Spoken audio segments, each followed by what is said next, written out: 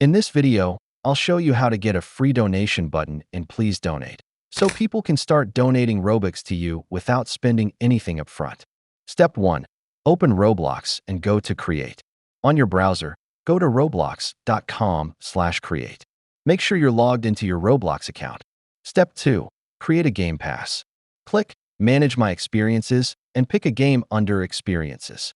Go to Passes, click Choose File, and upload any image.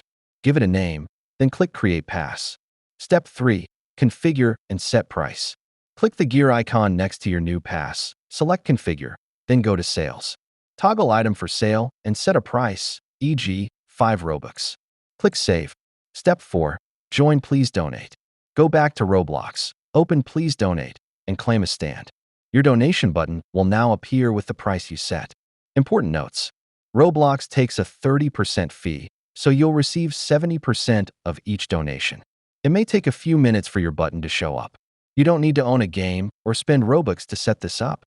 Thanks for watching. If this helped, hit the like button and subscribe for more Roblox and Please Donate tutorials.